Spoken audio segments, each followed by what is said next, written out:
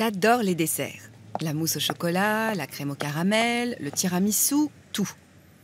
Alors imaginez ma joie quand un ami allemand m'annonce qu'il va me faire goûter un dessert typiquement allemand, la Götterspeise, littéralement mets des dieux.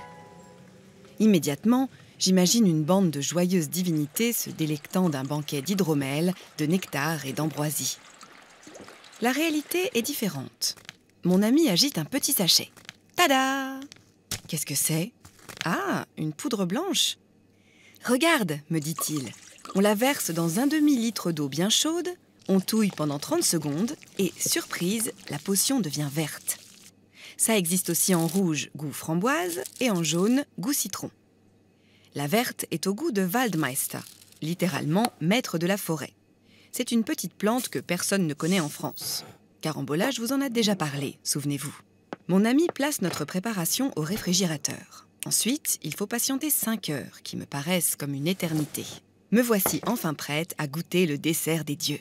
C'est donc une pâte translucide, verte et gélatineuse qui tremble quand on touche l'assiette. Voilà pourquoi on l'appelle aussi Wackelpudding, littéralement pudding tremblant. Je fais se dandiner la chose, à la fois souple et ferme. C'est rigolo, mais est-ce que c'est bon? J'engloutis un morceau en fermant les yeux. La gelée fond en quelques secondes dans ma bouche. Une décharge de sucre, une pointe d'acidité.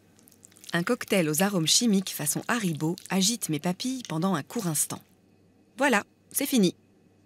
Je ressens une déception proche de la consternation. Mais pourquoi appeler un tel dessert mets des dieux? Serait-ce de l'ironie? Pas vraiment.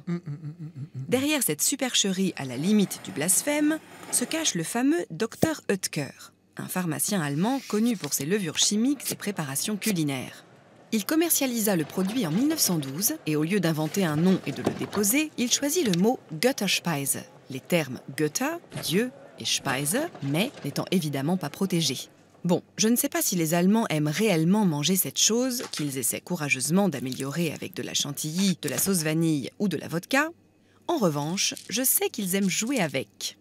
Regardez, des moulages d'animaux, des mosaïques de cubes multicolores, des gâteaux improbables.